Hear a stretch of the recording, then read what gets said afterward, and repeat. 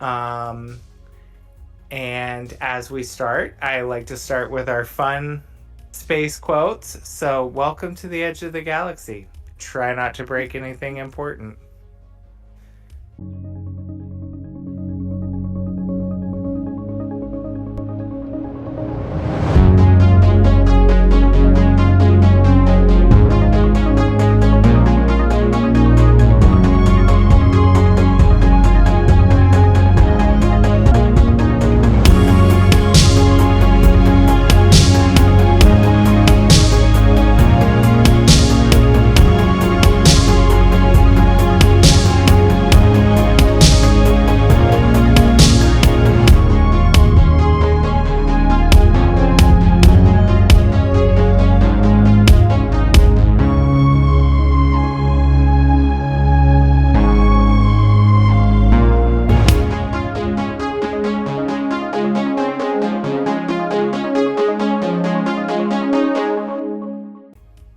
So, where we left off, we had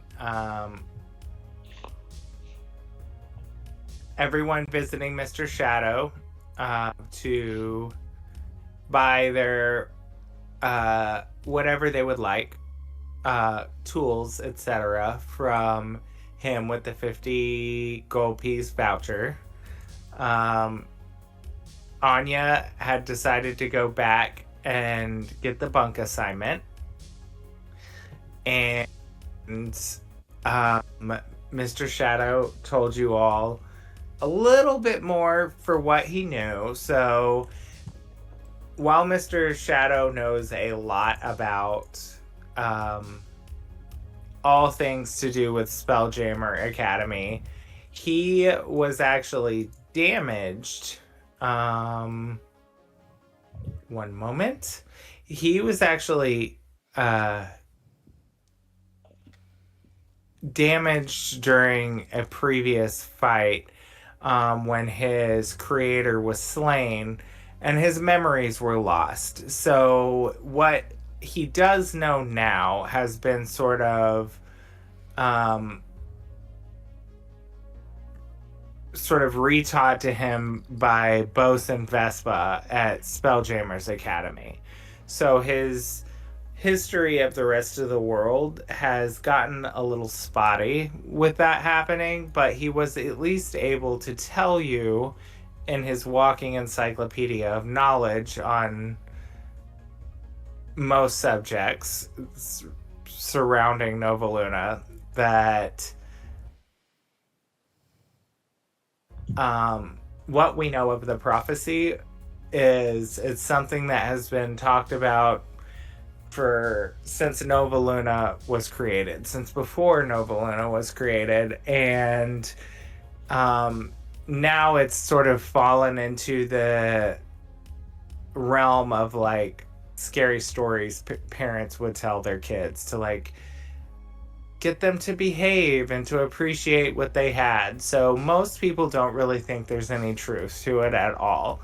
But Mr. Shadow did say that if anyone were to know more details about what the prophecy actually said, it would be the three seers at the six-fold eclipse curios in Lower Nova Luna, which is like a sort of infamous to Nova Luna and the Galaxy Shop for dealing with like fate-bound artifacts and offering forbidden readings.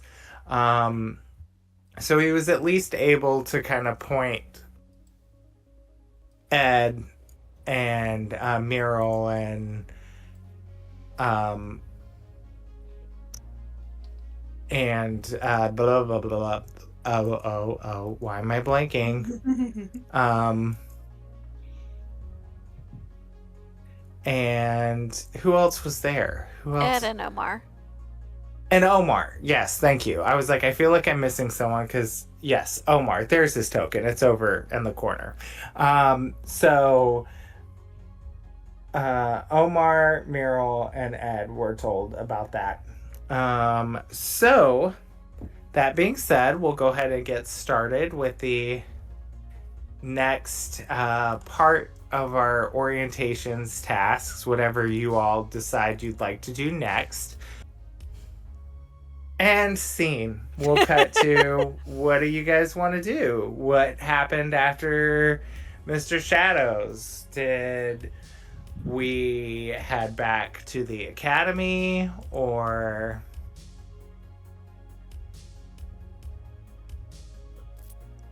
I know Anya is probably going to make her way back to join the group. perfect? Let me plop her here. Probably meets up with them as Omar and Pameral drag Ed out of the shop because Ed has made this guy so jumpy, if I remember correctly. That works, excuse me. Because she was sitting in the chairs and touching everything. He did have an appointment arriving, and once he saw that you all had everything you needed, he was in a bit of a hurry to get primarily Meryl out of the store because she was everywhere she shouldn't be and not very cognizant of his nervousness. Yeah, so I think that's what I'm saying. I think Omar had to drag Ed and Pameral out because they were touching everything and sitting at his desk and touching the computer and sitting in the other chair. For sure. So you guys sort of head out into the street where Anya strolls up to find you guys. You found some delicious vending machine sandwiches and drinks out on the street that you're, sipping and eating and discussing the shop. Oh, I accidentally moved Mr. Shadow out there. When Anya arrives. Anya, you have the floor. Well, I got all of our beds arranged. At least the assignments.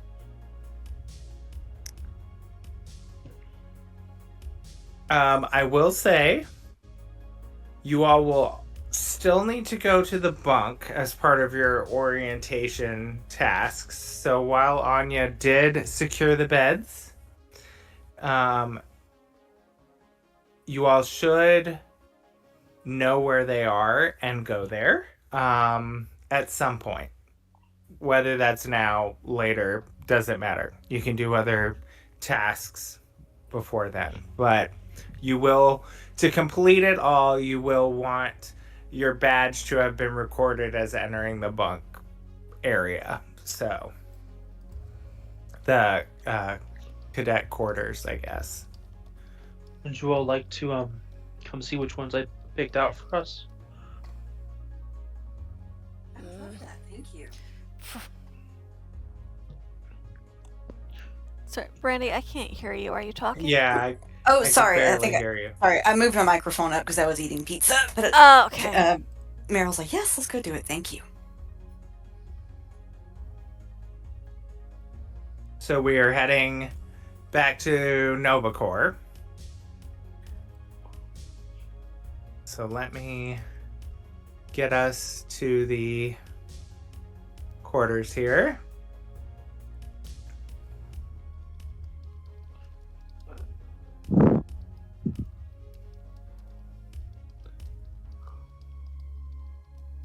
And somehow you all managed to stay on the map.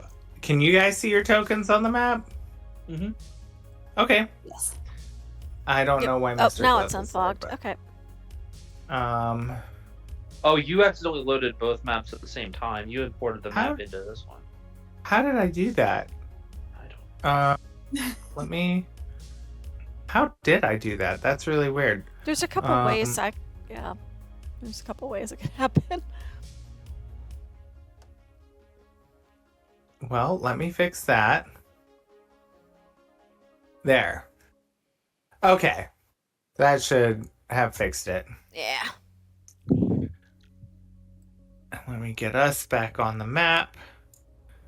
So we will say, for story purposes, Ed follows along continuously inventorying her bag of all of its explosion and pyrotechnic potential. Am I missing anyone? I think that's all of you guys, right? Yeah, it's over. Yep. So you arrive to the cadet quarters. They're all set up essentially the same.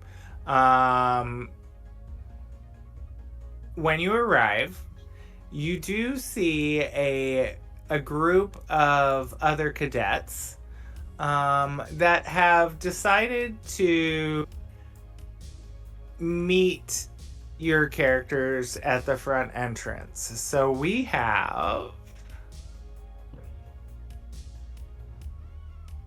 this person. Ma'am, you have been Where'd you fed. go? Stop. And her.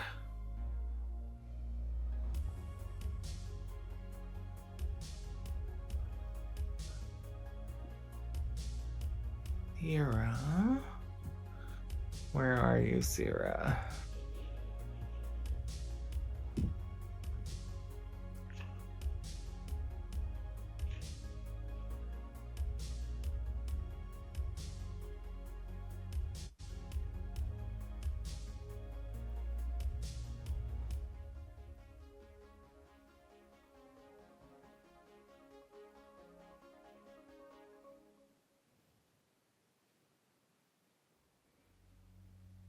Sorry, guys. Just digging through my character list here. It's hard when they put all the tokens in that same giant folder. Yeah, and there's not a great way to organize them. I did figure out, have you found the flagging system? Mm-mm. Yeah. Starring, like, with the favorites? Kinda, sorta. There's like a grouping thing. I kind of have to have the map to be able to, like, I do better with showing than trying to describe how to do it. But when I was running Candlekeep, I figured out how to at least put little flags on and use the flags to sort. Here we go. Okay. Tags, whatever they call it. All right. So you are met by another group of cadets. These cadets, same uniform colors as you all. It's obviously this girl in the front appears to be the leader of the bunch, of the pack. And you walk in, and she's waiting there. And she kind of sneers at you all, and you've noticed that Anya's gear and whatever other steps Anya had taken to reserve rooms have now been pulled back out into the center foyer. And she just says with a really sort of snide attitude, "Change of plan, greenies. These bunks are ours now. Go tell the deputy officer it wasn't to your liking, and we'll get ourselves swapped over. Tell him you've traded bunks with the Lara." And she kind of points you all to the bunks that are closest to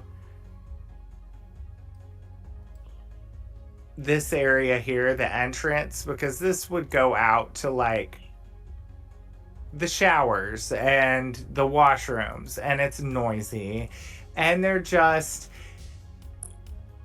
obviously the older bunks in the room. And her friends have sort of sequestered the nicer ones with the space views to the outside sort of space station.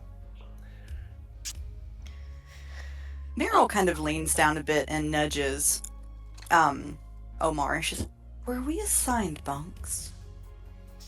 I don't know that we were assigned bunks, but I know we took the trouble to request ours first, and I think that should be honored. She nods, and then she straightens up and comes over. And she looks, was it Valara? Yes. Looks Valara in the face, and says, but I do believe we requested ours first, so that is unfortunate.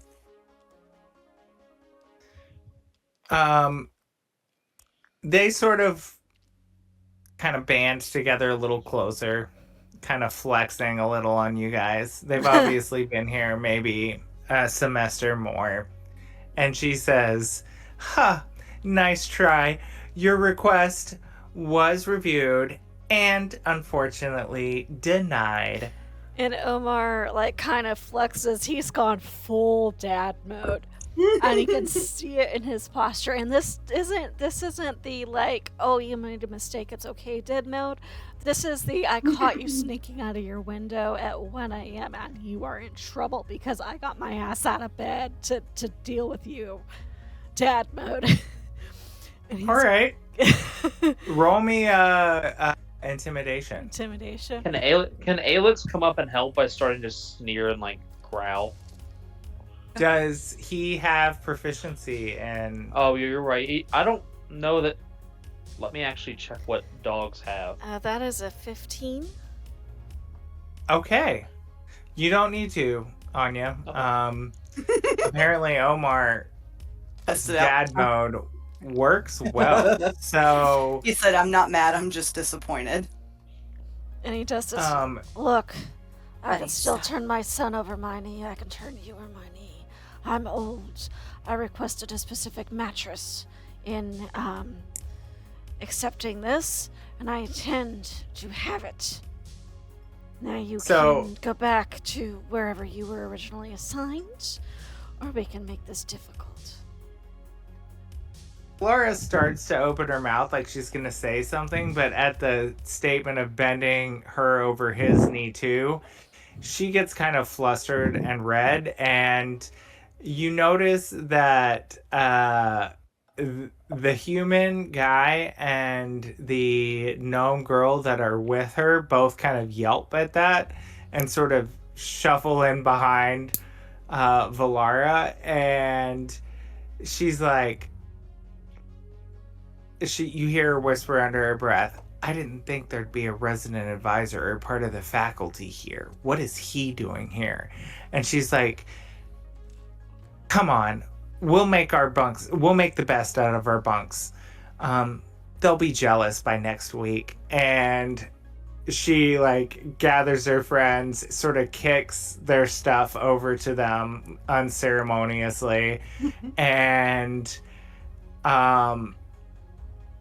the human guy and the gnome girl follow her. The half-orc girl, she kind of turns like she's gonna say something, and Valara just snaps at her and is like, Syrah, don't even think about making friends.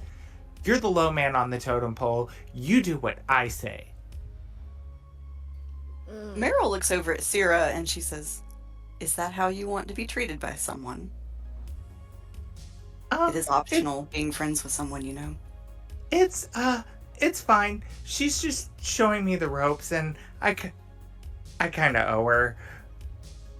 Life is finite, and it's much shorter for an orc and other non-elves than it is for some. Think about how you want to spend your time. Death comes for all of us. Oh. That doesn't mean slavery, kid. Oh, I'm not a slave. They're my friends. I hope you like the bunks. And before she can even finish that, Valara is like, Syrah, enough! To the bunks now! If they were your friends, they wouldn't treat you like that. And it's the dad mode, but this is the don't like seeing my kid mistreated dad mode. They're obviously friends, so they do stick together. that may change in time, but as of right now, Sierra's gonna stay with them. She kind of sheepishly looks at you both, kind of lets her shoulders drop, throws a little sort of low-key wave by to you all, and sort of scurries up the back to follow them as they get the rooms that they were going to give to you all. So now I couldn't find a great bunk bed, so just imagine each one of these beds houses two. Okay, they're stacked on top of each other like bunk beds. So I call it the corner room. If they had anything in the bunk areas while Omar was hashing it out with Valera, Meryl had just gone and started taking their stuff out and putting it in the hall.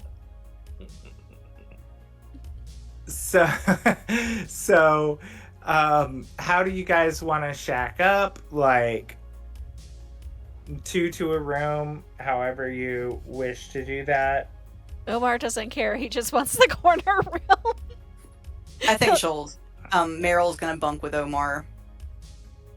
And I think Ed would be all about whatever room Anya and Alex were staying in, because Alex, Alex, she's totally following him. So she's kind of glowing at the fact that we've already made some waves in the trouble department. So she's pretty giddy with the whole situation.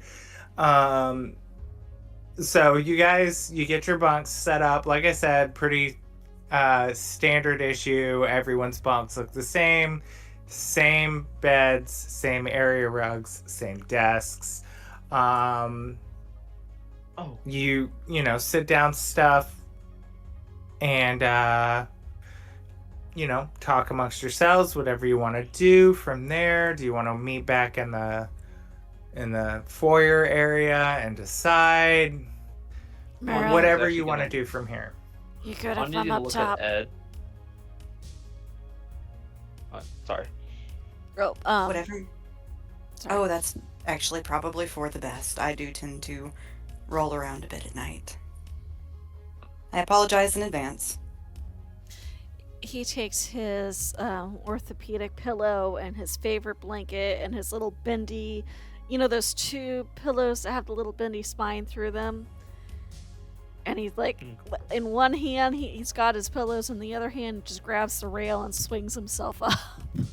So, Jess, what you're telling me is that you are already in grandpa mode, because I know that pillow setup very well. I thought you might. And as you guys are discussing this, you also hear in the background Valara with a very heated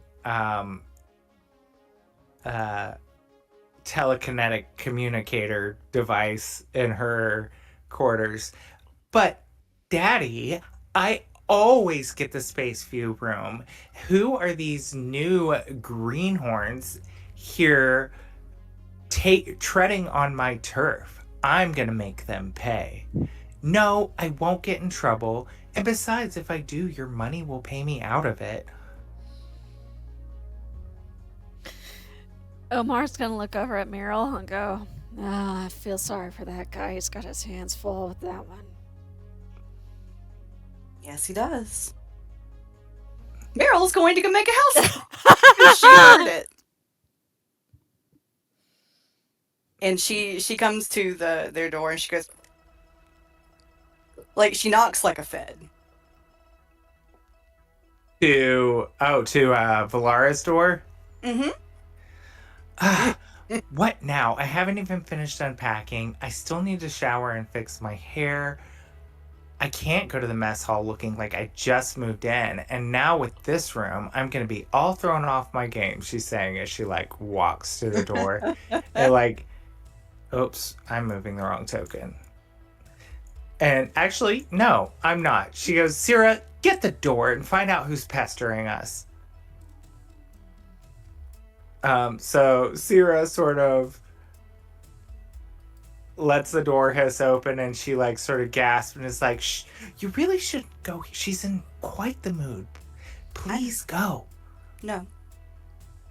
And if I would actually like to speak to her, No, if you don't mind. she's busy getting ready right now. I don't think Sarah, there's any- who is it? I don't said think to there's- send them away. And she sort of nudges Sierra out of the way and walks to the door. Oh, Girl, it's you. I don't think any amount of getting ready is going to change much. I beg your pardon. You don't. I just You're, wanted you're to right, let... I don't. I know. I just wanted to let you know that your phone conversations do carry. And She kind of leans in a little bit, and the expression, it looks like it's meant to be polite, but it's it's a little dead behind the polite. Don't cause us problems. is that a threat, Greenie? Yes, it is. I'm just trying to do you a favor. Show you the ropes. Show you who to watch out for. You really don't want to start off your first day in the academy with an enemy like me. I don't care. I have a job I can go back to. I don't have a need for a father to bail me out. I don't need to be here. This is well desired, very optional. Boring. And she just presses the button and the door hisses shut right in Meryl's face. Ooh, it's gonna be Holly shit list 2.0. I love it. Meryl goes back to the room. This doesn't seem to have bothered her very As- much. Meryl turns away, though. She does hear Sarah say, Valara, you really don't have to be so mean. Maybe extra friends wouldn't be such a bad thing. Sarah, shut up. Listen, you gonna aggravate the wrong crazy lady. Bunk One with more the word grumpy out old of man. you, and I will beat the green off of your skin.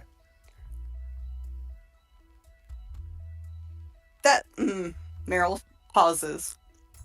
Again. I like to imagine that Meryl's, like, the door's open as Meryl's about to go in, and Omar sees her kind of stop and turn around, and next thing you know, he's off the bunk, and this time he's coming with you. Like when she stops, she's got the Sanpaku eyes where the eyes get real big and you can see way too much white in the eye. Like her mouth doesn't change, but the eyes get a little bit crazy. And she comes back to the door and it's once again the Fed knock. Meryl, what happened? I do believe I just heard Miss Valeria saying she was going to beat the green off of her roommate. Ooh, That's not going to do. no. So do they knock again? Uh-huh. Okay. So this time Valara answers, and she already knows who it is. Mm-hmm. And she's like, can I help you? You can help yourself. You threatened to beat the green off that child one more time, and I'm going to beat the blue off of you. You I understand couldn't me? stop her either. No. Idle threats will get you nowhere. Meryl reaches up and she slams her hand onto the wall, and it spreads out. It looks like mushroom mycelia, but interspersed with the nodes of circuitry to leave, and she is casting Leave Druidic Message. Ooh. Okay. And it glows bright neon blue, and just remains on the wall.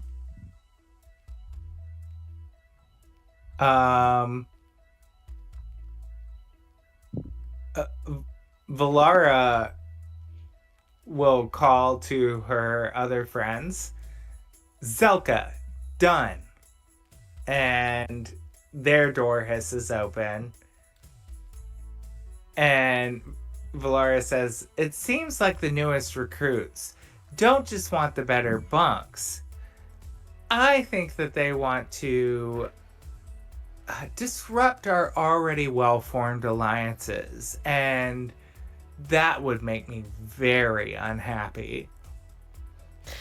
Omar's gonna look over at Valaria, and he goes, "You know, I was usually taught to think before I act. So, child, when I smack the shit out of you, believe me, I thought about it." And he's gonna cast Tasha's Hideous Laughter on her. All right, dorm fight, dorm fight. It is what is about to happen. So I'm going to need. So at this point, too, first things first, Sierra is pulled the sheets over her head and is pretending to disappear right now. And tell me, Tasha's Hideous Laughter, remind me what that is for my saving. So it's gonna be a wisdom save. Okay.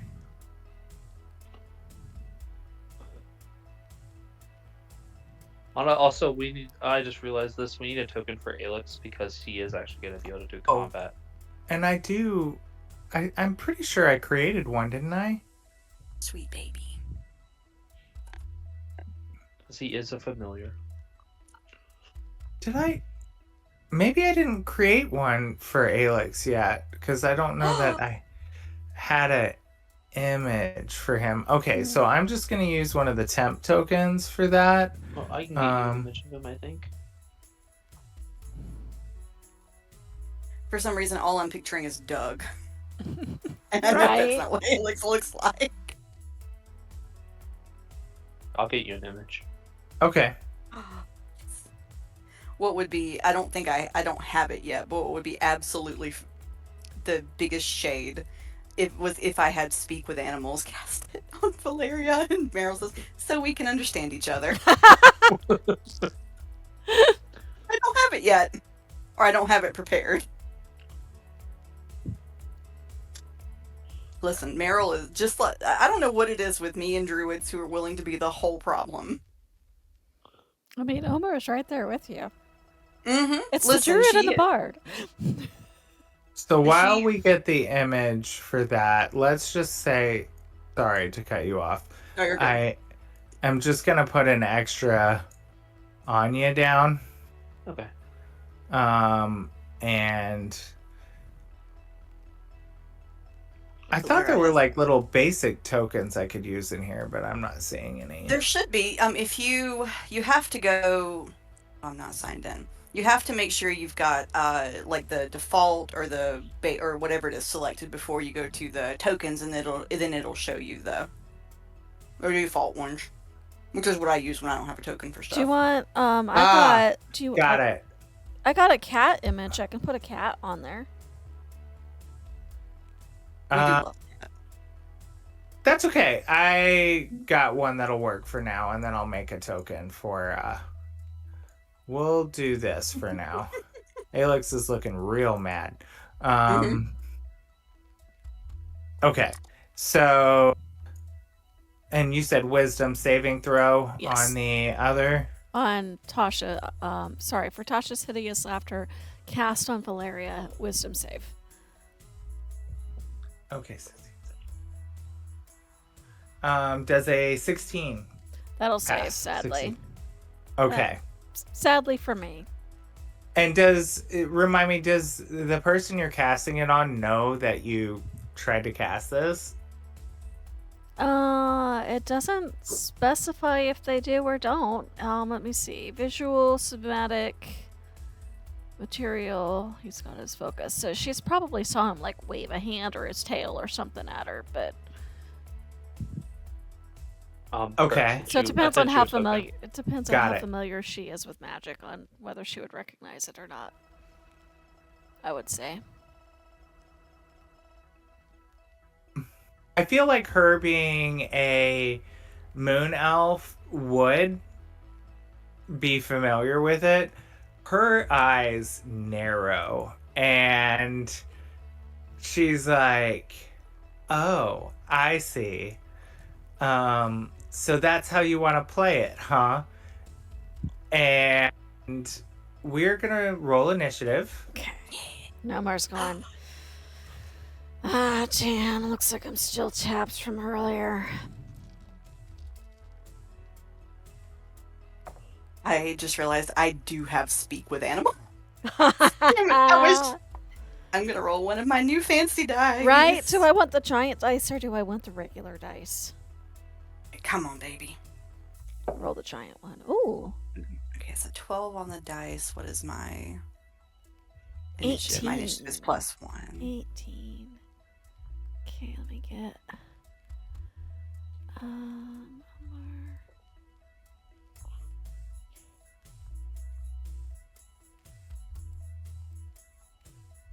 Oh shoot, no, I'm not 130 initiative. Meryl's not that mad.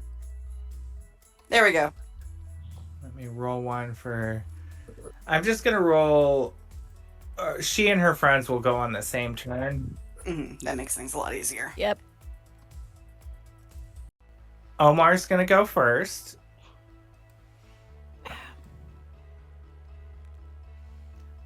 Okay. So... I'm trying to decide.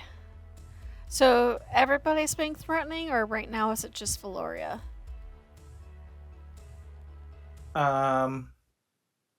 It's, well, the three of them. So Valara, which actually, let me move her out into the hallway now as things. So it's gonna be Valara, Zelka, and Duncan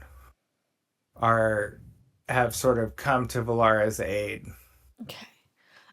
Given that Zelka and Duncan haven't actively threatened anybody, they've just come out of the room, I think I'm going to keep my target on Valara. And we're going to try Vicious Mockery, because that's the cantrip and I'm out of spell slots. Because we haven't had a long rest, right? Right. So, so it's going to be another wisdom save. And I think what he's going to do is he's going to kind of just jump up on the wall and grab something on the ceiling. So he's like hanging down and cast Vicious Mockery. And he's casting it on Valara? Valara, wisdom save again. You would think I would know better than to do this at an elf. I would love that you thought that, but you succeed. I'm assuming a 6 does not beat it, so... And he's gonna look at her and goes, honey, I'm sure whatever you have to say can wait till you're smarter. Oh. And, let's see, it's gonna be a d6 psychic damage, and she'll have disadvantage on the next attack roll she makes before the end of her turn. So, d6.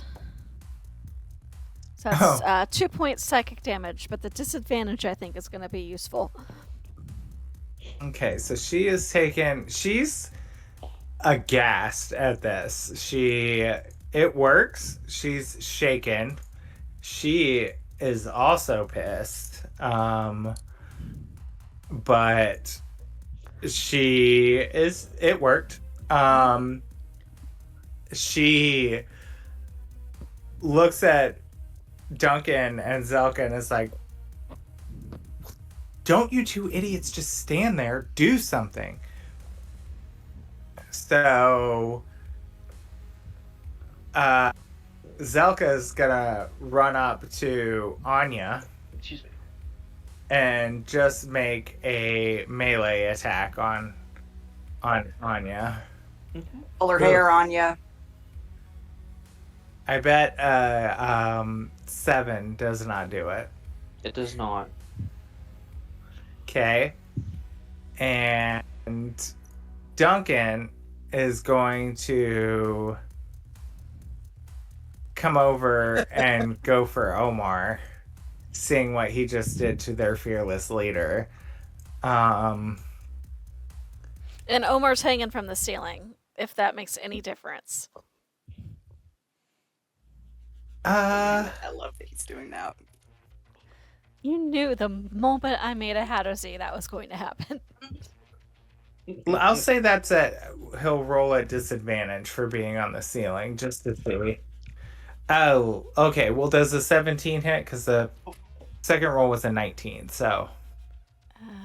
Yes, that'll hit. So he would take one. Let's see. 1d6 plus 1. So 3 points of slashing damage. Can I use my How to Z dodge? How does that work? When you take damage, you can use your reaction to reduce the damage by 1d6 plus 2. You can do so 2 times per long rest. Oh. Yeah.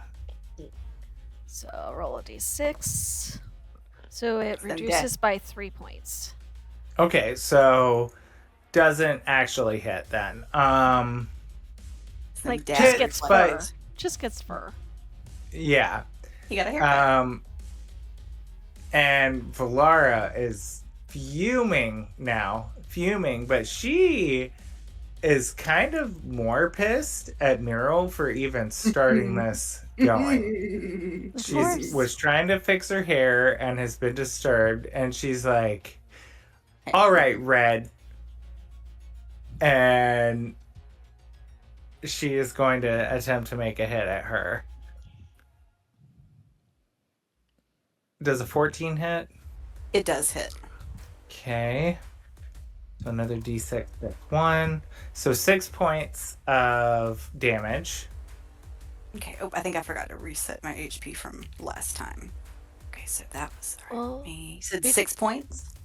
Oh, well, that puts me right back where I was. Okay. So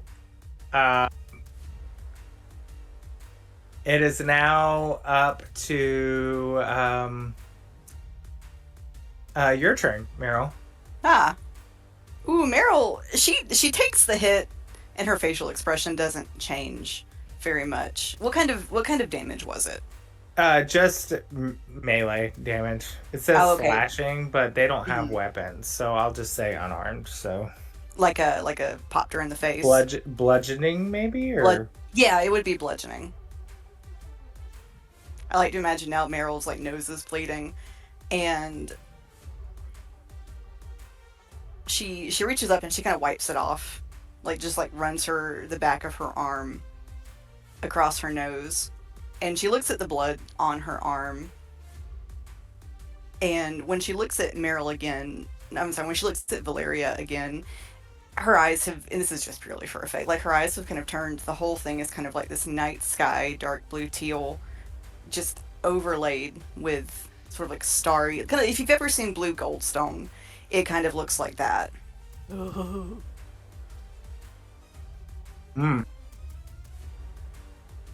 And she, from the blood on her arm kind of starts to dry, and she kind of raises her arm and she blows the powder towards Valeria, and she is casting her cantrip poison spray. oh, Are we like maiming these people? All right. How does an 18 do? I like this dice. Oh. Another 12. I get a Oh my +6 God. spell attack. yeah, that hits. So she will take. I guess that's I got too many tabs. Too many tabs. That is a D12. I need to roll that. Which one is D12?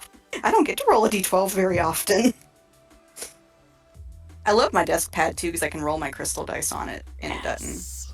I need to get Ooh, mine shit. switched out with my new one. So she is going to take 10 points of poison damage. Oof.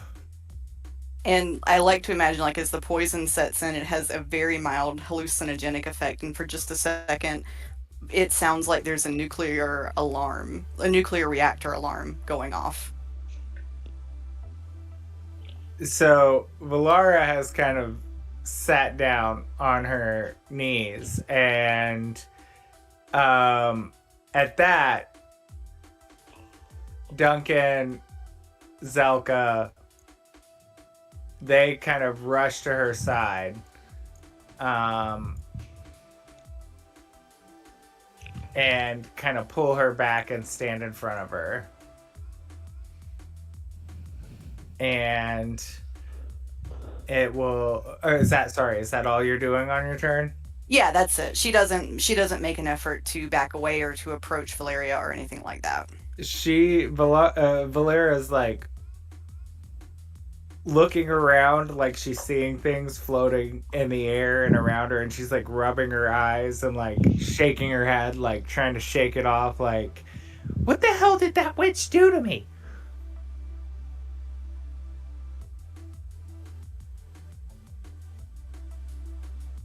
Anya, it's all you, boo.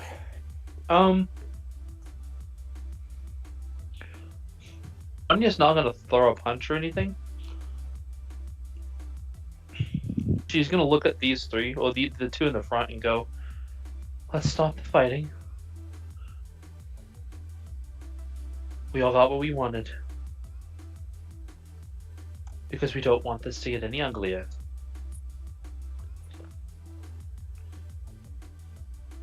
And at that, the doors hiss open, and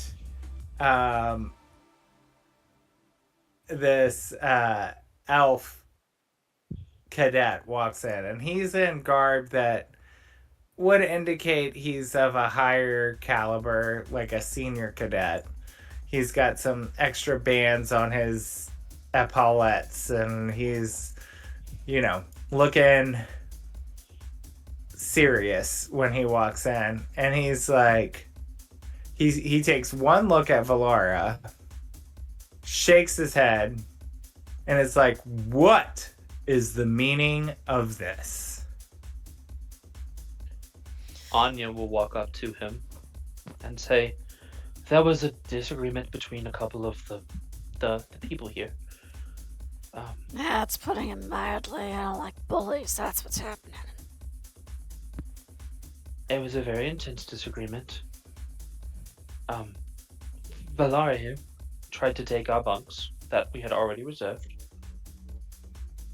No, that's not what And- this is about. What this is about is she threatened to beat up the other girl. I was getting to that. I was giving context. There's a girl in that room who is frightened because the girl in blue threatened to beat her senseless. So, we did what? Well, we worked together to show what that feels like, I guess.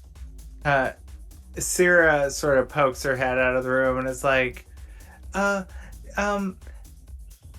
Sir, Poto, sir, it was just a misunderstanding, and you know how Valara can be, and, she was just giving the new cadets a hard time, and it got a little out of hand, but she didn't mean any harm by it, and I'm not threatened. Again, you know Valara. It's just how she is. And Poto would take a look at Valara, the rest of you, and be like, it's no surprise that Duncan and Zelka are there by her side in the midst of all the trouble once again. Meryl's nose is still bleeding, and she kind of wipes her nose on her hand again, and is looking for something to wipe the blood on.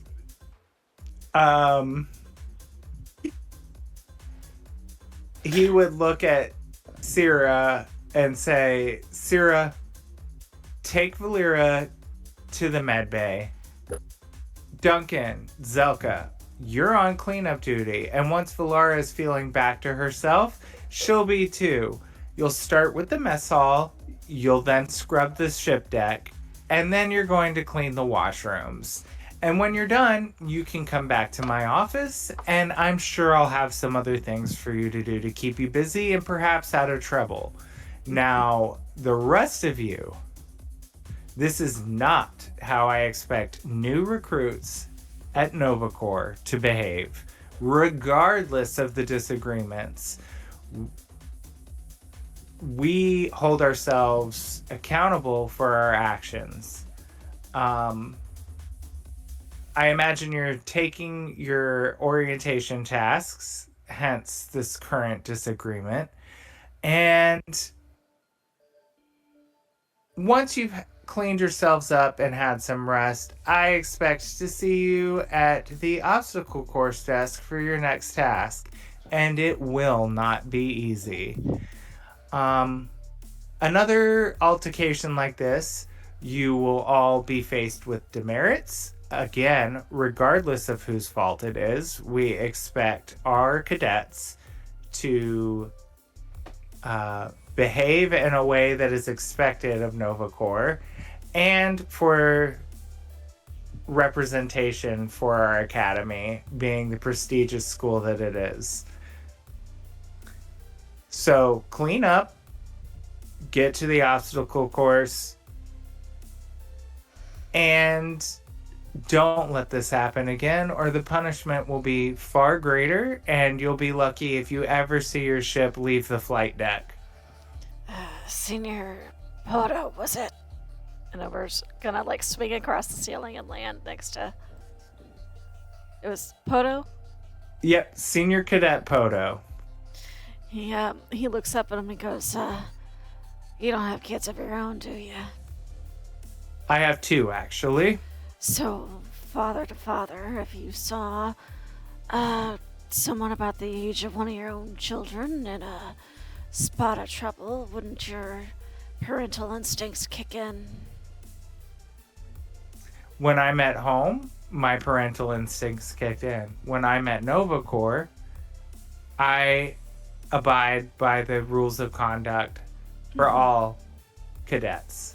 And clearly, you have a great deal more training than we do. We're on day 1, thrown into the deep end after a mix-up on the paperwork. I don't think any of us actually applied for this.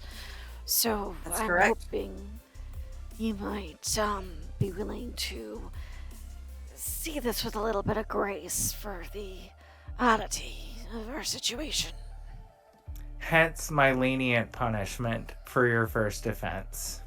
Don't let it happen again. And he spins on a heel, and as he's heading out, and he says, and Muriel, as a member of the faculty, Ed, as a member of the, which Ed has just been watching all of this, like eating popcorn, so excited by all of this. Ed, I know you're no stranger to trouble. You know the rules of Nova Corps, even if you're not a cadet.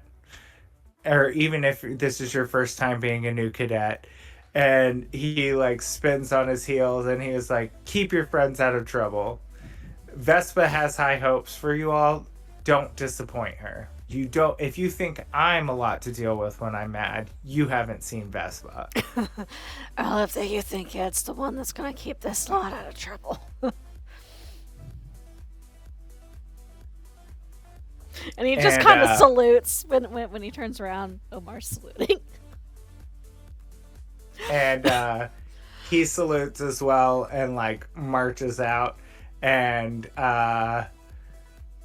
Duncan, Zelka, they're kind of cursing as they like, I haven't had to clean. I've never had to clean anything. That's what the janitor staff is for. And you just hear Valara say, you two shut up. I'll talk to my dad about those 3. And they're sort of carrying her out. Sierra, once again, like, sort of sheepishly following behind them, turns around and sort of winks and waves at them. And heads out. Just to be a brat, Omar's gonna yell after him, who is your father anyway? Who's your daddy? If you're gonna threaten me with the man, I want to know who he is. Mm-hmm. Muriel kind of just, rules are the emperor's clothes. She doesn't respond. She is kind of a hot mess right now, so... Oh, Muriel's just kind of your hair, you hear Sarah say. She's just letting the blood run down her face and drip on her shirt. She's making no effort to do anything else Omar's about gonna it. take out his pocket handkerchief and hand it up to her, and he goes, I'm curious if who her father is, because I got a very big family with a lot of businesses. That family's about to be banned from if she keeps up trouble with us. So much. Meryl looks at the handkerchief like she's not sure why he handed it to her. Your Thank you. nose, Meryl. Put it on your nose until the bleeding stops. Oh, yes, thank you. Because I'm out of healing words. Sorry. No, oh no, that's fine. Level 1 limited spell slots. Meryl holds it to her nose and she just kind of shrugs and says, I think our time is going to be very interesting here. Did anyone tell Pogo that we were asked to be here, not the other way around? I tried. He'll hear it eventually. I do think he does kind of know just because of Vespa, but... I mean, Meryl's recollection of what happened in a situation is usually dodgy at best. Yep. But Armors are in the same kind of thought process as Meryl on that, as they wanted us. They couldn't let us stay at home. They insisted. And Meryl is like, everybody dies. Some of us faster than others. Some of us a lot faster than others. She doesn't say it, but she's thinking it. She's gonna go over and pet Alex. Oh. He's calmer now that she's gone. She kind of bends down. She says, it's a good thing they didn't hit you. Well, you guys sure know how to make friends on our first day of school. Right. Have you met us? I think he's met us a time or two. Like I really Darla's, didn't it's think just you guys chaotic. would go back for more, but here we are. I Curt was like, never- okay, doors closed. We're good. I We're mean, not good. to We're be not fair- leaving this one alone. I had forgotten that we hadn't had a long rest, and I was down on spell slots. I had forgotten that little detail. But I don't think in character, I don't think Armor would particularly care if he was...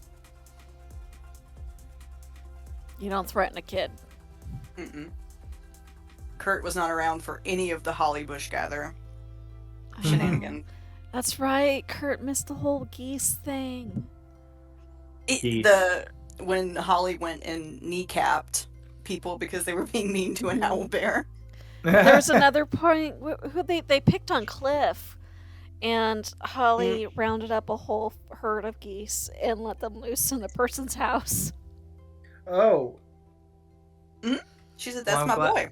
I'm glad there was nothing like that around for you to do. Apparently, I really like playing vindictive druids. Yep. And, well, the floors, you guys, what do you want to do now? We got our bunks. We have to do an obstacle course, and what else was the other one? Was there one more? Or two more? Yeah, so there's you've gotten the gold, let me go back there. You need to do your ship inspection, and then the obstacle course, yeah.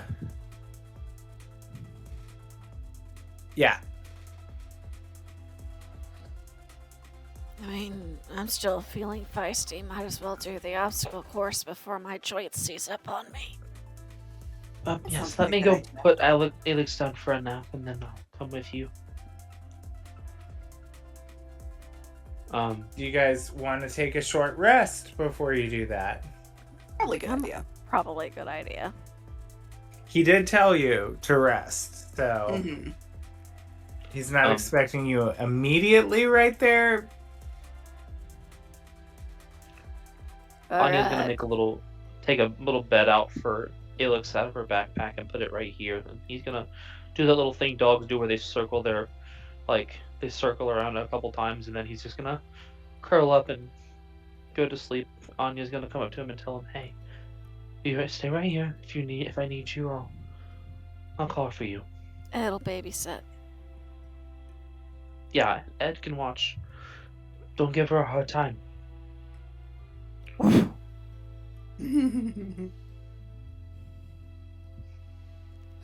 Short rest. That is a thing that I can do. There's the button. Mhm. I'm gonna roll some hit dice. Do I want to roll hit dice? It's my spell slots I'm down on more than my hit points. I think I'm good. So you've all taken your short rest. Mhm. You are heading down the hallways to the obstacle course training room. And roll a die here.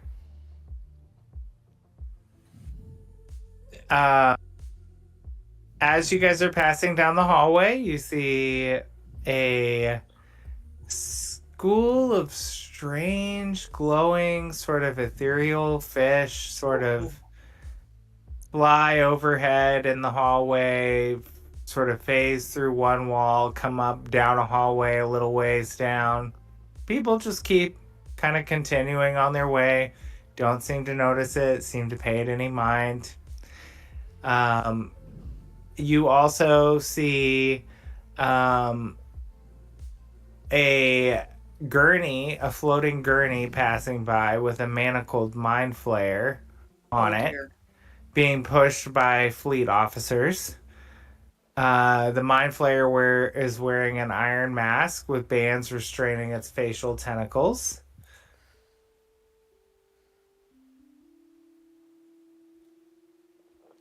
Interesting. And you continue on your way. So we will head to the obstacle course. Oh, that's not what I want. Obstacle course. Yeah. I made a map for this. Now I just have to Yes. find it.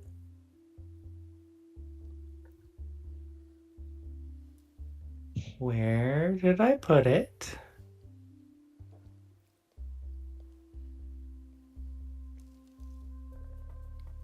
Here we go. Ooh. So here we are. You arrive, and you will. We're just gonna start kind of off the edge of the map here.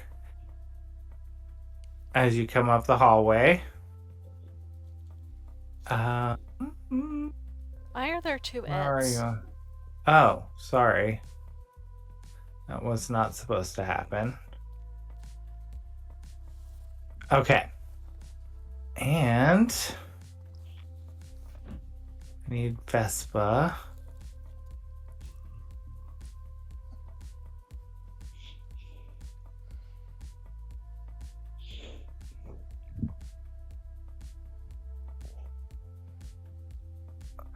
And I need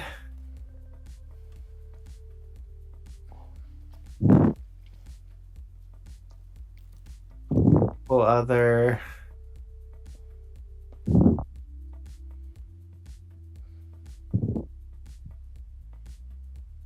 of the Podo, or yeah, Podo's gonna be there. Got our judges. Yep. You've got the Spelljammer or Nova Corps high up officers watching this.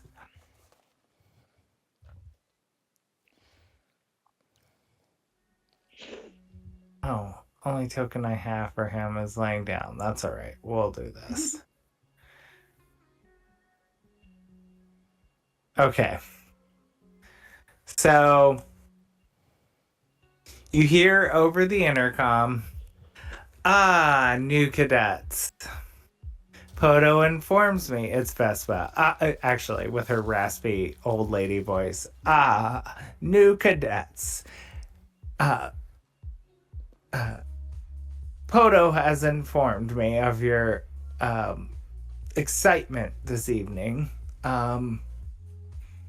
I am watching you all closely, and please respect and uphold the banner of Nova Corps to the best of your ability.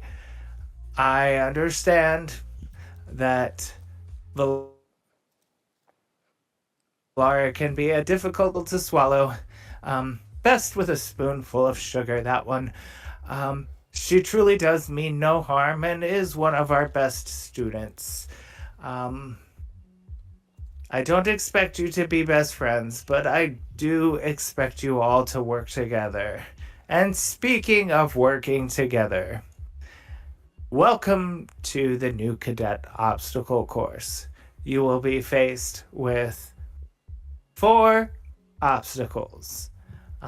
You may help each other. Magic is strictly forbidden, and this is to test your innate abilities, your innate physical abilities as new cadets. When you're all ready, please step inside the sliding door in front of you.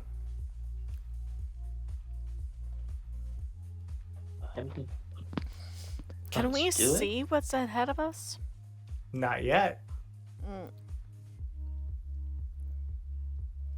As soon as those doors open, you'll see the first one.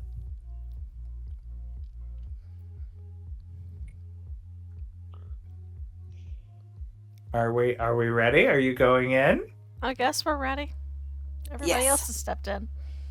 Okay. Omar's Alright, gonna so- ready himself to jump to the ceiling if he can. Okay.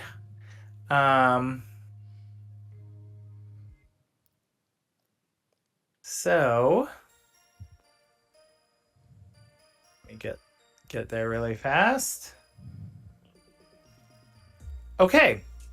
So for the first obstacle, you guys will see mounted high up on the walls red glowing lasers on these turrets.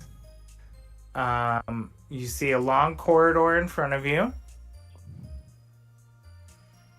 And you need to traverse this corridor. You will each need to make a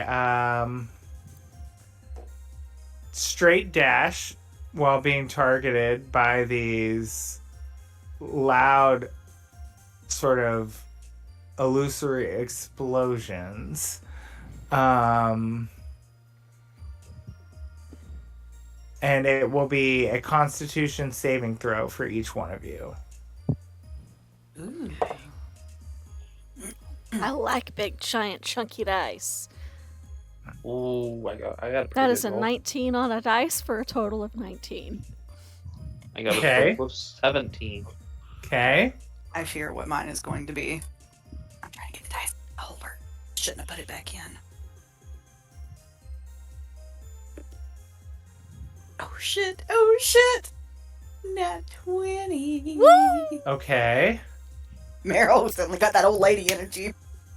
She said, Um, We're riding that adrenaline high from the confrontation in the hallway. "Man, she I'm is taking gonna- off like an old lady at the Goodwill." I will roll for Ed.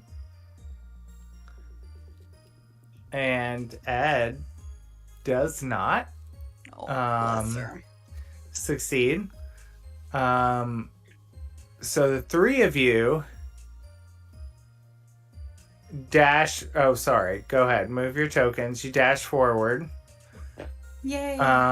As you succeed, you see that the turrets have sort of turned their sights back to Ed, who's at the hallway covering her ears, trying to cover her eyes as these like blasts are completely distracting her. You all are gonna get to move to the next round.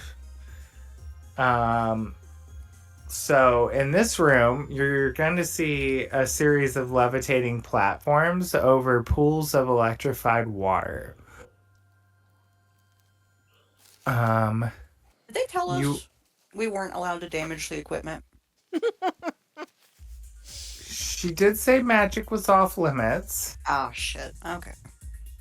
Did she say using our items were off limits, though? She did not. Well, I have an item I would like to be using. For the Okay. next the next parts of the course, probably.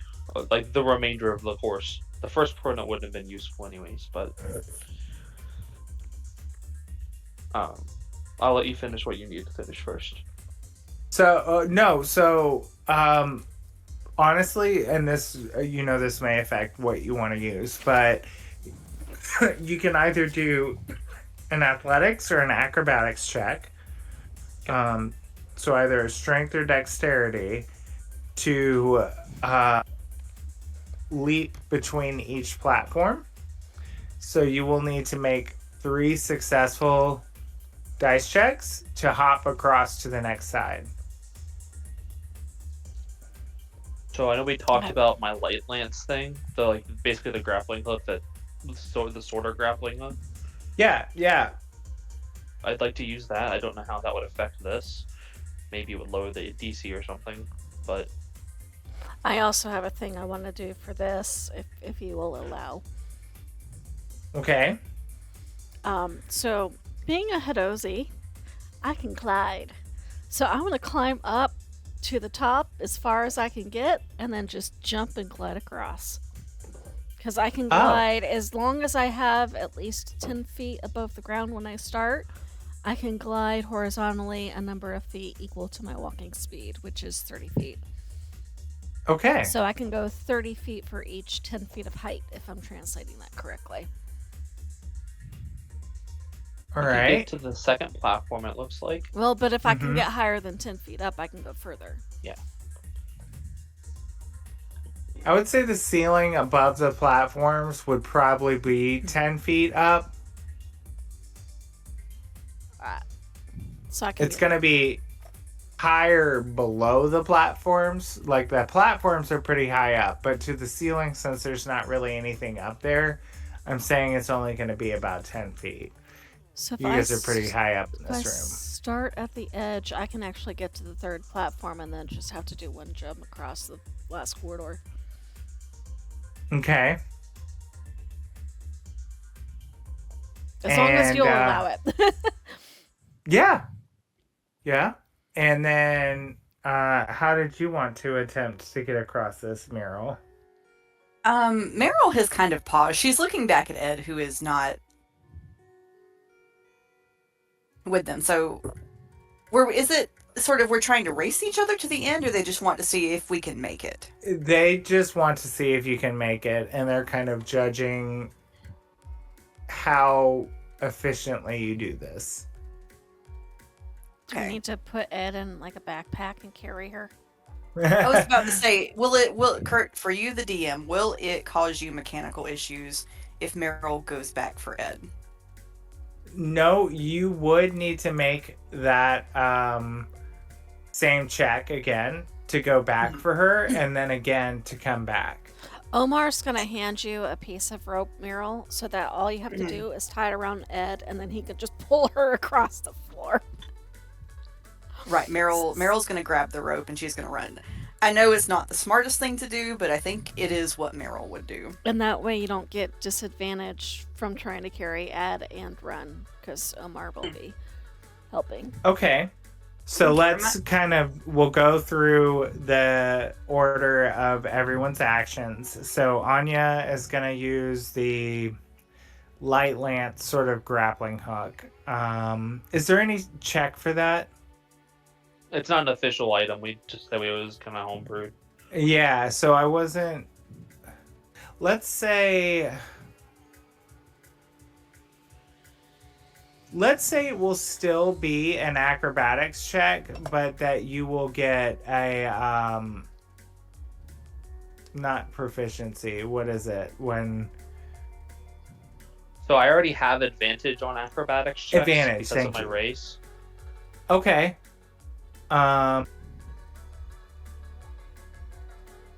So let's say this. If you use it, and tell me if you like this or no. If you use it with your acrobatics proficiency, you can make the full distance with one roll if you succeed. That works.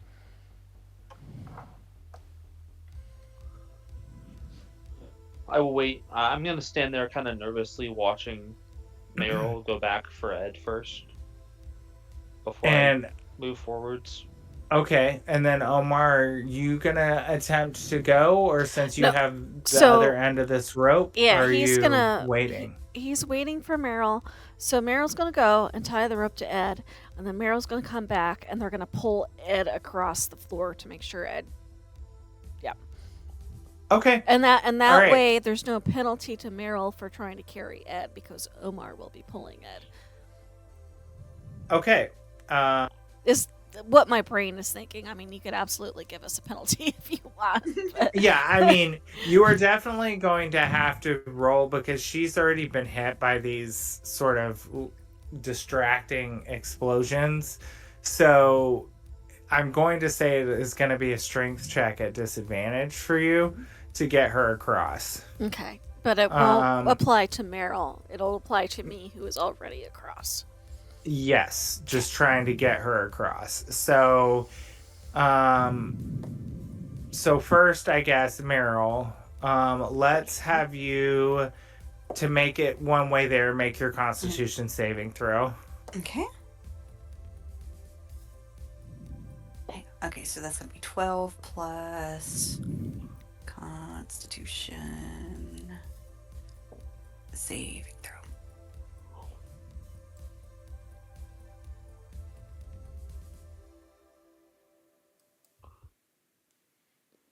That is 14. Yeah. Okay, so you make it there. You tell me how it looks, but you are completely unfazed by these turrets. Oh, sorry, go ahead. I was just going to say that I've sort of turned back on and are sort of firing down these distracting sort of light and noise explosions at you.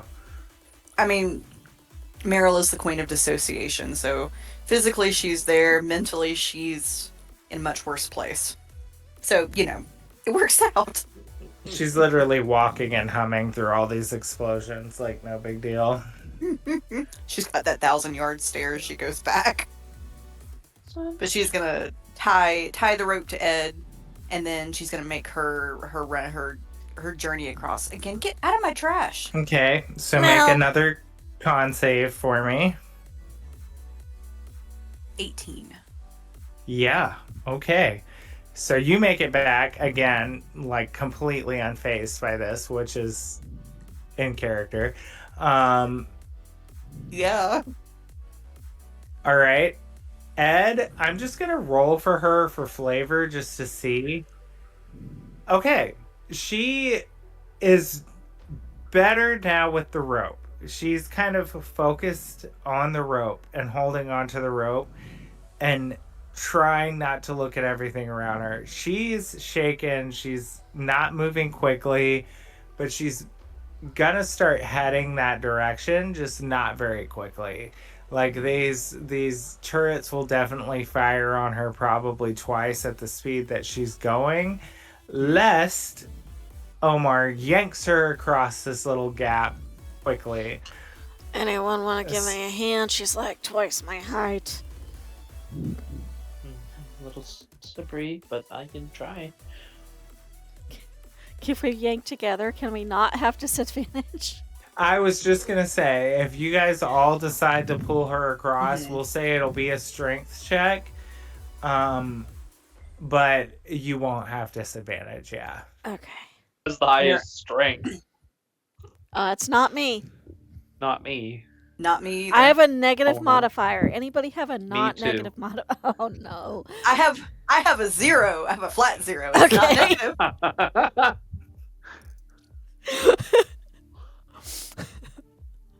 I went Dexy, not strong. No one went strong apparently. So, Ed did. Um, That's where that strength got to. oh, yep, that would make sense. I think Ed is our strong Um, person. All right, come on, let's all heave ho together.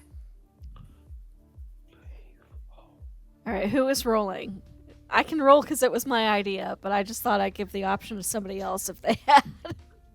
I mean, who has the -0? That'd be Meryl Mix. has the Yeah. I would say probably Meryl would do the role, but that's up to you guys. You want to She's roll at your least fancy dice again? Not at a negative. Sorry, I had to get up and go get the cat because I don't know why, he knows he's not supposed to eat plastic. So when he eats plastic, he comes and crunches on it in my vicinity so that I hear him eating the plastic. I don't. Yep. The must get caught when do bad for attention. Mhm. It's for attention. It is. Yep, because now he's over here wanting me to pet him. Okay, I really like these dice. That is an 18. Nice. Flat. Yeah. I have a +0. Yay! Okay. The Wow. obstacle course has brought something out in Meryl that looks like it probably was probably at one point a really traumatic experience. She's pushing through. Nope, Ed's got a 0 in strength too, so no, we are not a strong crew. bless. If anybody else comes to play with us, we need to make sure they don't do negative strength. Please. Wait, I see Ed has a strength of +2. Oh, Oh, no. no. That's just saving throw. Never mind. So, yeah, no one is strong with that. So, We are the Dex squad, the Magic squad. We really are, though. so you all get her across. Omar's gonna reach And- up and pinch her cheeks to snap her out of it. And she sort of comes to and looks back behind her and looks at the rope that she's still white knuckling tied around her and exhales a big breath and is like,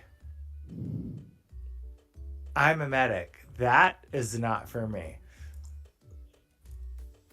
Ed's the medic? Oh no. Or no, I guess search and... Well, I think she's a little bit of both. Didn't she say she's like search and rescue and... I think it's search and rescue knows field medicine, but not and field medicine. because So isn't she she a does have... ranger? She is, but Okay. she's got some stuff spent in medicine and things. So yeah, I guess she's a That's little bit funny. of both. That's funny. Mm. So she makes it across, and now I guess we'll go back to Anya for the light The lance. grappling hook. Yeah. I think it's hilarious. It's the first time I didn't do cleric, and the person who took up the medical is the most chaotic. And also likes explosions. Yep. So. Uh-huh. The best way I can describe the look of the light lance is it's kind of like a small pistol, like a what is it? Like a flare gun, almost. And she can just aim it and fire like a cord of basically like solid light. She points it in the middle and fires like a cord of her lance out, and then she's gonna try to swing across. And what is normal range on a grappling hook? Just so I know, 30 should feet. we? Oh, okay. I thought that you should make... I think it's like 45 feet, right? Yeah. Yeah, it So might be. you're good. I love this music. Alrighty, I get to roll with advantage. I got a 16.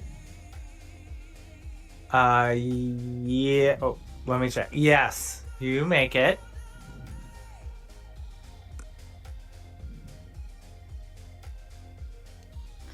And so you sort of shoot across on this light beam. Oh, sorry. I think you were trying to move your token at the same time.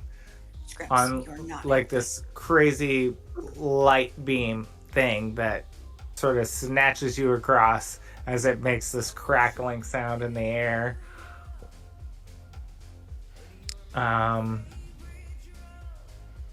And I do really like this song, actually.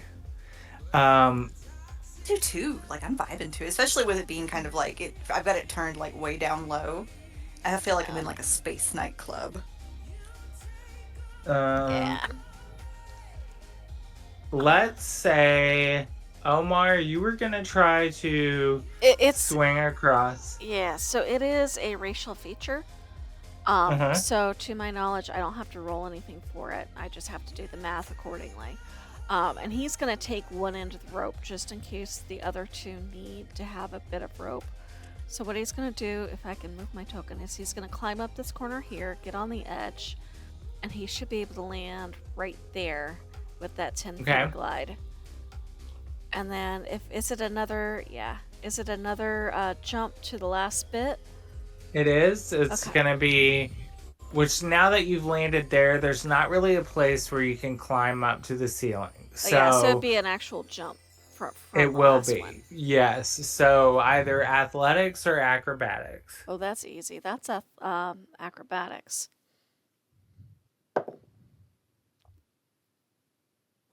So that's an 11. I rolled low.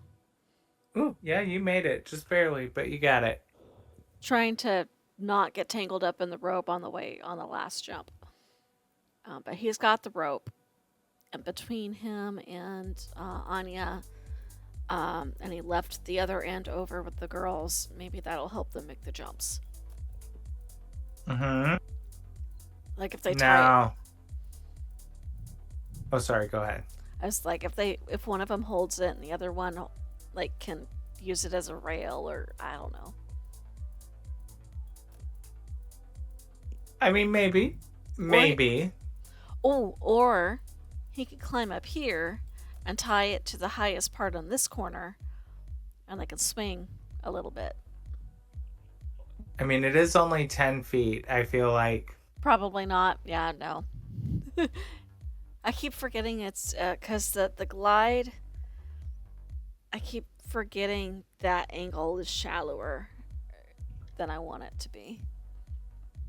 Right. Yeah, I think it's exactly. I think the angle.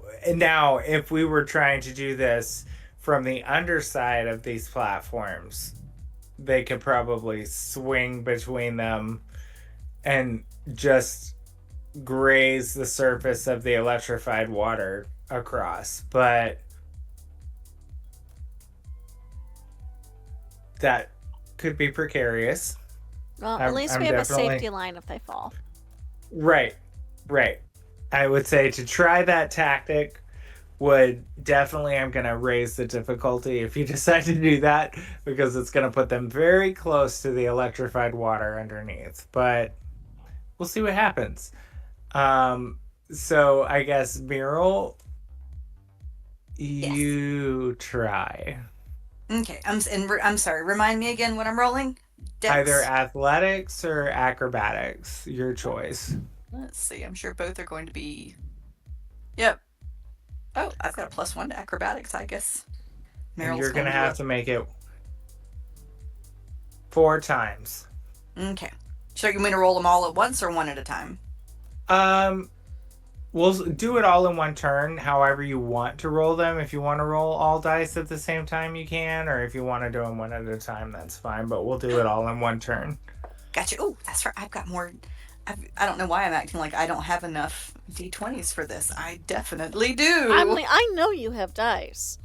I know I do, but if I can't see them, sometimes they don't exist. This is like me saying I don't have dice. We have dice in this house. We do. And once I'm reminded, I remember. Imagine that. Now, the question is, where did I put my dice? Entirely different question. Do I remember that they exist? Yeah, my dice bag is completely out of control now. I mean, that's what happens when you play D&D.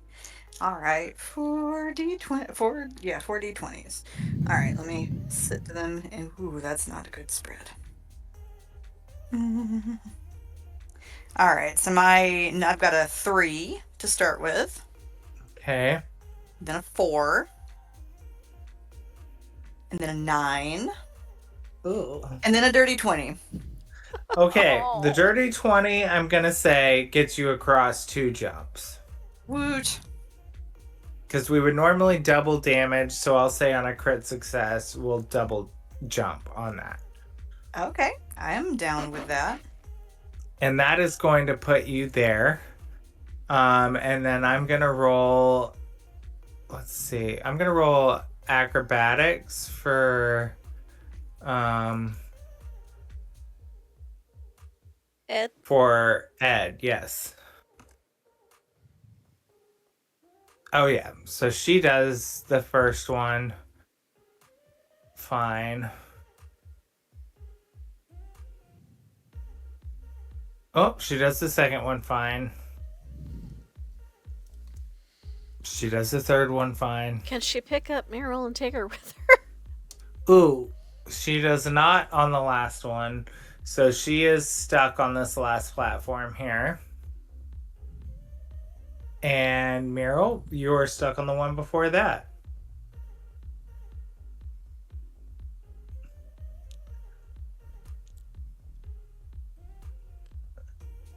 So Omar is going to take his rope and climb up this corner.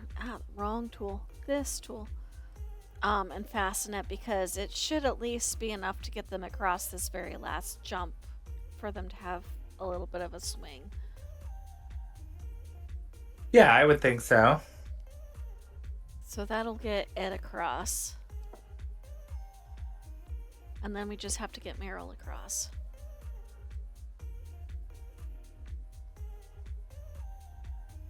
All right, Meryl, you try again. Two jumps, successful. Or one jump and a swing. Yes.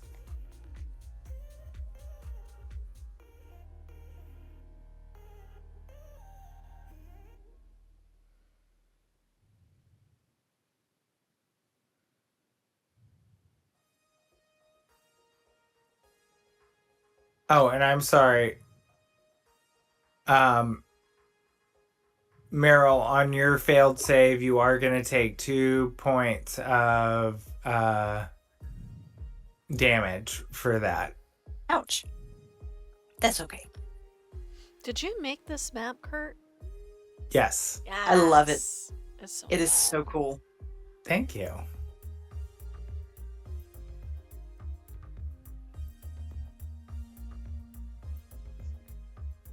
I was listening, but I was using the bathroom real quick. Shame on you for having bodily functions. I know.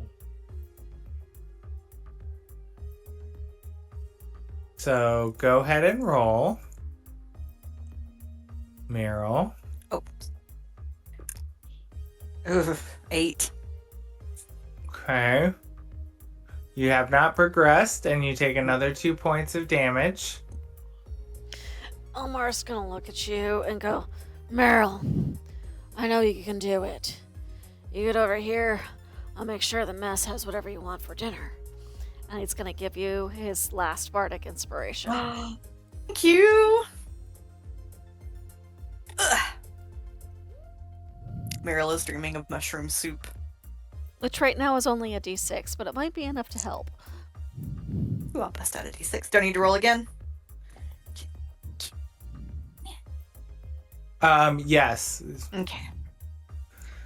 All right. And this is lightning damage. I don't know if that makes a difference, but... Not that I'm aware of. Okay, that's better. So that's 19 plus 5, which is 24. Man, Okay. that bardic inspiration did it. Meryl said mushroom soup. Make it happen.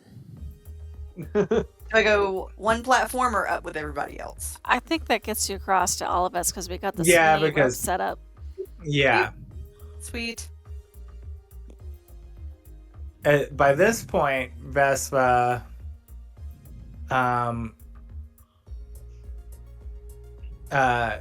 Poto, everyone really has kind of moved forward to watch. Because this part looks scary. So as you approach this room, you hear like a metal whirring, sort of chinking, clanking noise.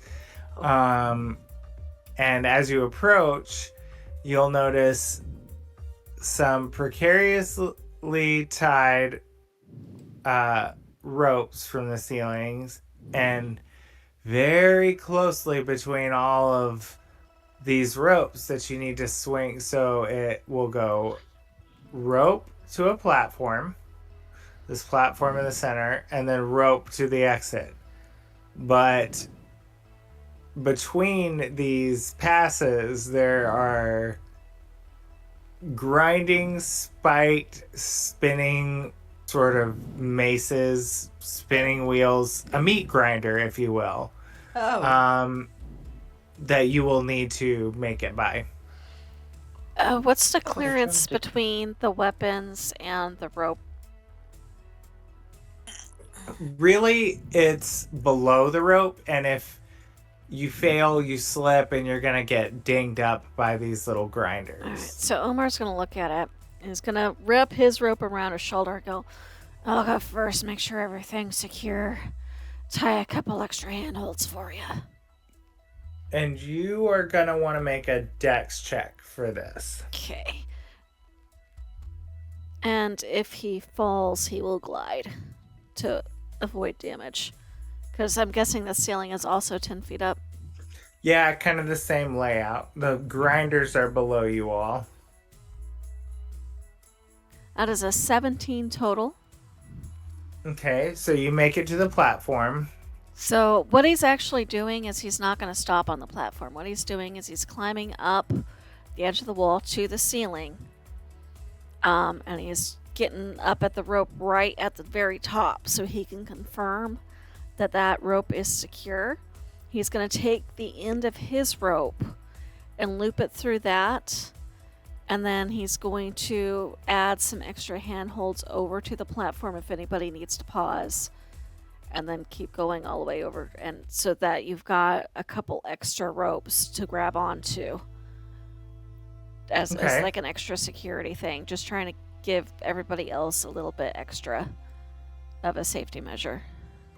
Okay. I will say that will give those of you following after Omar advantage on those. Okay. Yay. And then For those who can't glide, especially with the angle and the light lance sort of grappling hook, I think, Anya, you're still going to have to make it to the platform, turn, and make it to the door. So that's how he'll tie extra rope on here to like here to here, and then dupe to dupe. If you want me to make more than one roll, let me know too. Since it's a sort of a racial trait, I'm okay not making another roll for that. Okay.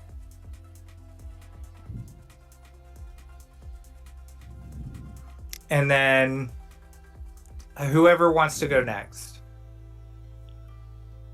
Anya will wait and make sure people make it through this time. Okay, I think Meryl will go next then. Okay, and we're doing athletics, did you say? Dexterity. Dex. Okay, hang on. Shit, well. And with advantage, you said, right? With advantage. With advantage, yes. Oh, thank for the goodness. rope, for the extra rope holds that you have. Well, that was a little better. That was an 11. Does not make it. Oof. So you start to grab for the first one.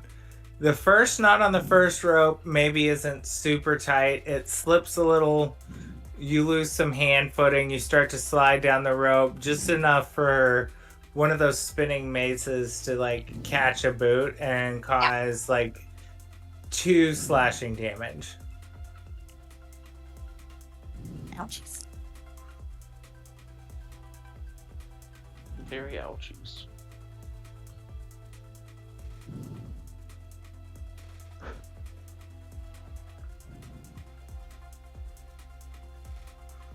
I'm actually press the back button on my mouse.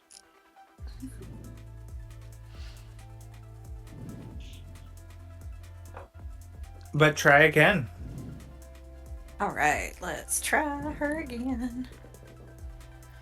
Okay, that's a little bit better. How does the 16 do? It does indeed do. Wee. So you'll make it to the first platform. That's right. Yeah, that's the only thing not covered in spikes. I hope that's it. That's it. And then you will turn and go towards where Omar is. Okay. I'll roll again. Oh, natural. Oh, I got a 20 and a 16. Ooh. Okay. Let's Hell go. yeah. All right, Werecat Dice. I see you. Wee. All right. And then Ed's going to step up and she's going to go. Oh, she's got a +4 index. Okay, she makes the first jump.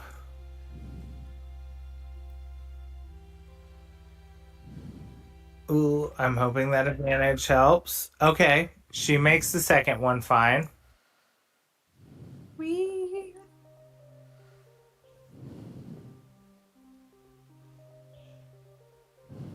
And yep, Anya, it's all you. Alrighty. We believe in you. I'm actually just gonna use the ropes since they're already there, and it's not gonna change too much. It's still 2 rolls, so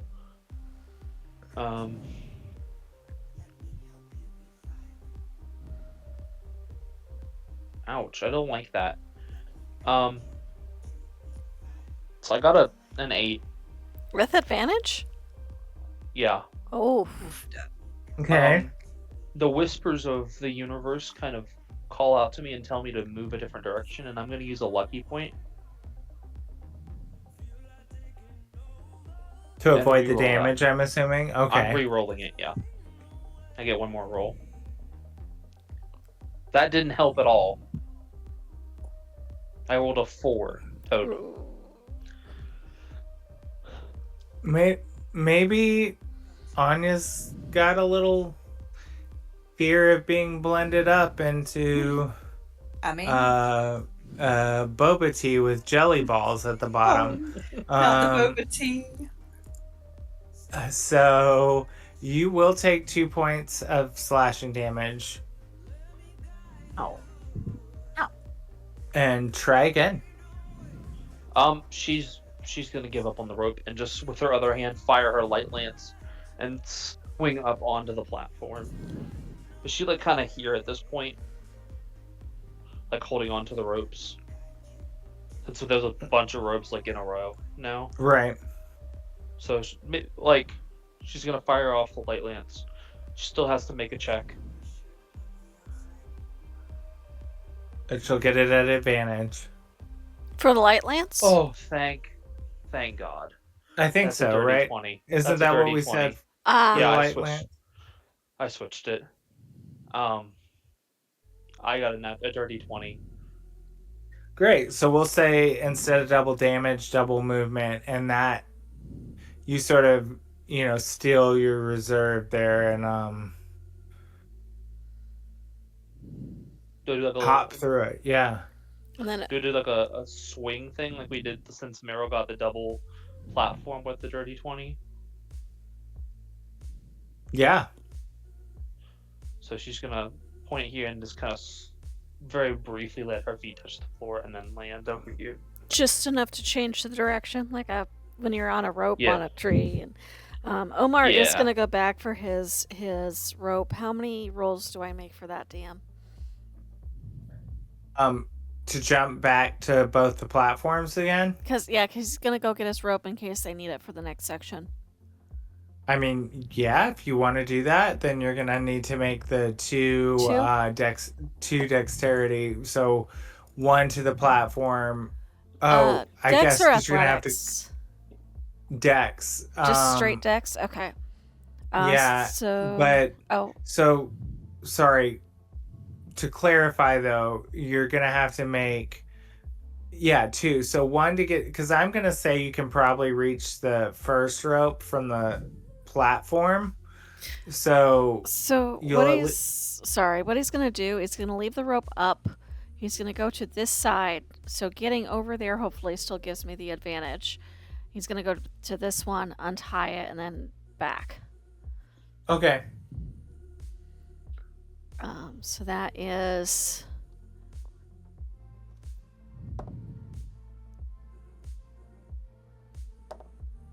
Oh, same roll. 18 to get back Yeah. to this rope, and then to get to the platform the second time is a 22. And then to get back to 19 on the dice plus 5 to get back to the group. 24. Okay. So Whoa. I like Yeah. giant. I like these new dice, and I like the giant dice. Yeah, that'll do it for sure. Okay, you guys have made it to the last obstacle, which is going to be this pole, which I wish I could have done perspective better, but here we are. So there's a greased pole, which you'll see the oil bubbling goo tar material at the bottom of this pit. And the platform is there, and the pole is actually covered with a thin sort of veneer of that tarry, slippery substance. You need to make it to the top of that pole and ring the bell. Oh. You want me to try? I can climb the wall and jump for it. And this is going to be an athletics check. Okay. He's looking at the rest of the group for approval. He doesn't want to. If anybody else really wants to, don't let me get in your way, but I'm down for it. I mean, you Right. each need to ring the bell, so. Oh, okay. I thought you meant we had to read the bell as a group. Well Nope. then, he's got his rope and he's gonna go first. I'm just not Because excited for this. you didn't say, nobody said we had to all climb. We just said we have to ring the bell. So he can get up there, tie the rope on, and the rest of you can pull the rope. Or at least have a non-grease covered handhold. How tall is the pole? We'll say from. So you guys are coming in kind of the same height that this doorway. So you're coming up about halfway up the pole. So there's about 10 feet from floor level from the hallway you're in to the bell. But there's also another 10 feet from that point down to the platform. Okay. So it's officially 20 feet tall. Yeah. Okay. So Omar will go ahead and go first then. You said athletics, right? Yes. 18? Yep. So he climbs up the wall. He jumps for the top of the pole. He grabs the top of the pole. He ties the rope around the bell itself. And then as he climbs down the pole, he's going to go in a spiral pattern so that now the rope is making almost like a ladder, like a spirally ladder going around the pole. And then once he's at the bottom of the pole, he's going to tie it in a really, really tight knot. So that makes kind of, because it's going to hang down as people climb. Okay. Assuming that they have to, everybody has to do the climb to get to the bell. I am going to make you make a dex save because now that you've slid down the pole, you're trying to tie a knot and a rope that's probably a little bit on the greasy side at this 15. point. Okay. You can do it. You do it.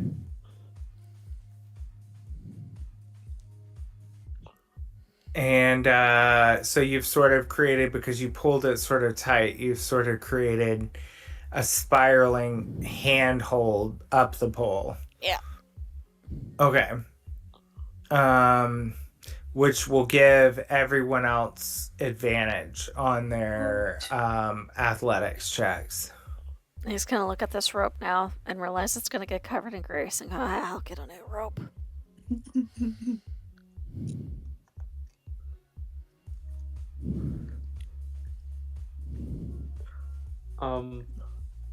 Anya will try her hand at this first. She's got an idea of what she wants to do. So she actually wants to try to climb the pole.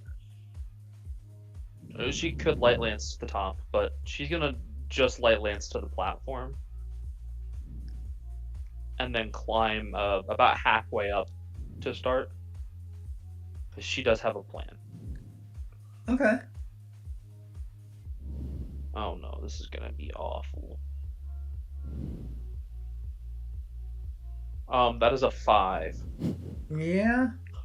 And that's with I forgot I have advantage. advantage. I forgot I Yeah. have advantage. Okay. I was like, ooh. 13. I'm only Okay. doing half the pole, so. Why are you only doing half? Oh, your plan. Gotcha. Yes. Okay. So, but yes, you succeed on climbing up the half. Okay. So once she gets about to the halfway point, she realizes she can do this because it's close enough. She's actually gonna hold one of her hands up and form it into a tiny little, like, thin, like, ball almost, and shoot the ball up to hit the bell. Using her pseudopod ability, which has a max distance of 10 feet. And she's gonna hit, like, the dingy part and try to push it. Okay. Let's See if it give works. that a dexterity check. Okay. I am using my last lucky point because that Okay. was a natural 1. Okay. That's not gonna help. Okay, that's a 5. All right. Can't do it. I guess she's gonna keep climbing, and then she's gonna realize that she can't exactly aim with her also trying to hold on to the pillar. Right, and maybe it's like the cup of the bell shape is kind of, the lip on it is kind of obstructing your ability to get a clear shot on the angle's Yeah. the wrong. little dangly bit. Sometimes it is hard to get to the dangly bit. What do they call I mean, that? sometimes- the clasper, the clanger. The clanger? I don't. I don't Sure, know. the Clapper. clanger. It's a clapper. Thank you. I knew So it was she'll- in that family. Yay, useless knowledge. So she'll try the climb again. Okay. That's a 14 for the rest Yeah. of the climb. Okay, good. You get it. It's not useless knowledge when you use it in D&D. Yay. And then she'll just let herself kind of slide back down. Who's Kinda on riding like a who's? surfboard. It's like sounds like someone stirring a bowl of macaroni. It's the Oh. mayonnaise sound again as he No. slides down the pole, or she does. So Anya made it. She did actually surprisingly well, aside from the trying to ring the clapper or the clanger or whatever you guys called it. Meryl, your turn. Okay. So, hang on, sorry. All right. Do I need to jump onto the or do I need to jump onto the platform? I do, don't I? Well, it's just all included in one save. Just do your deck save. We'll say the first deck save will get you halfway up the pole. The second one will get you to the top. Wait, is it a save or is it a acrobatics? 'Cause- Check. I'm sorry. Athletics check. Sorry. Athletics. That was a 5. No. Advantage No? with the rope, remember? Oh, just kidding. advantage. Let Yes. me do it. Well, that's a 2. No. No, that did not do. No.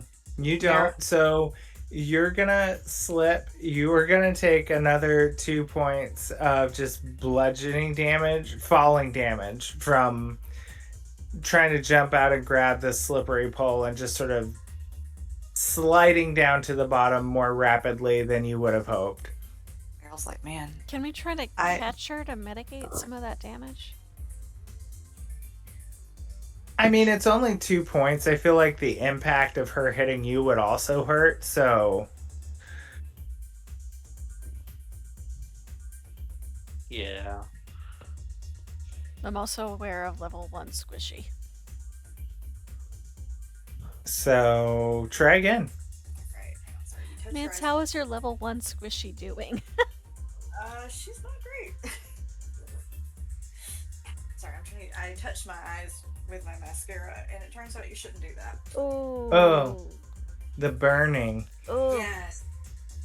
Okay. Okay, that's a little bit better. That's a 13. Yep, you got it. Whee! So that's what, halfway up? Yep. Alright, one more. Come on, girl. You can do it. Come on, old girl. Oh, okay, there we go. 15. Yes. You achieve it. Yay! She's And slapped then... her and zoops back down. Oh, okay, so... Oh, yeah. So, Ed makes it no problems. She jumps out. She literally just shimmies. Like, Omar, you would think she was family with how quickly she shimmied up this thing, rang the bell, and, like, shimmied back down. Like, it was way too natural for her. She does a little curtsy towards the judge's station while they're all watching. And everyone kind of heads up and out, and you hear Vespa's voice. Well done, cadets. I will have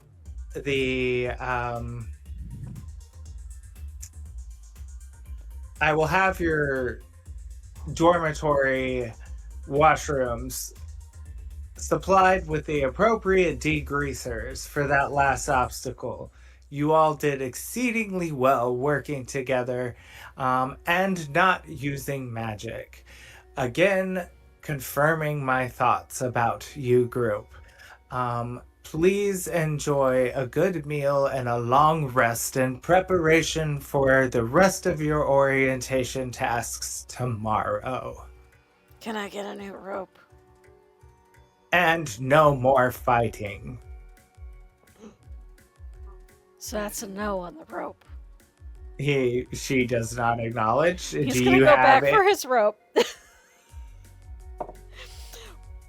Does a 16 get him his rope back? Sure. Okay. Mainly because we're at time, I just say yes, you get your rope back. It's greasy, but you get it back. He'll wash it. If they've got degreasers, he'll wash it. And that's it. So we'll just pick up next time. Did you have fun? Was that fun for you guys? It was so much fun! I'm so creative too. Did you come up with most of that? I'm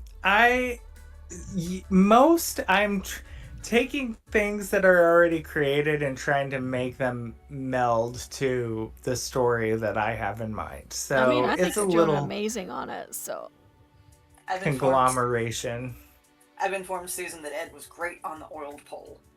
That is no surprise to any of us. You gotta use them stripper skills somehow. Yes.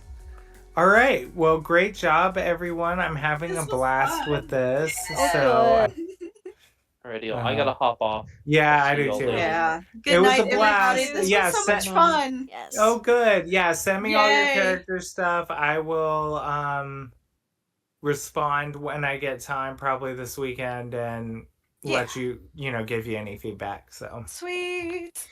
all Bye-bye. right. Good night, Bye. everybody. Good night. Bye.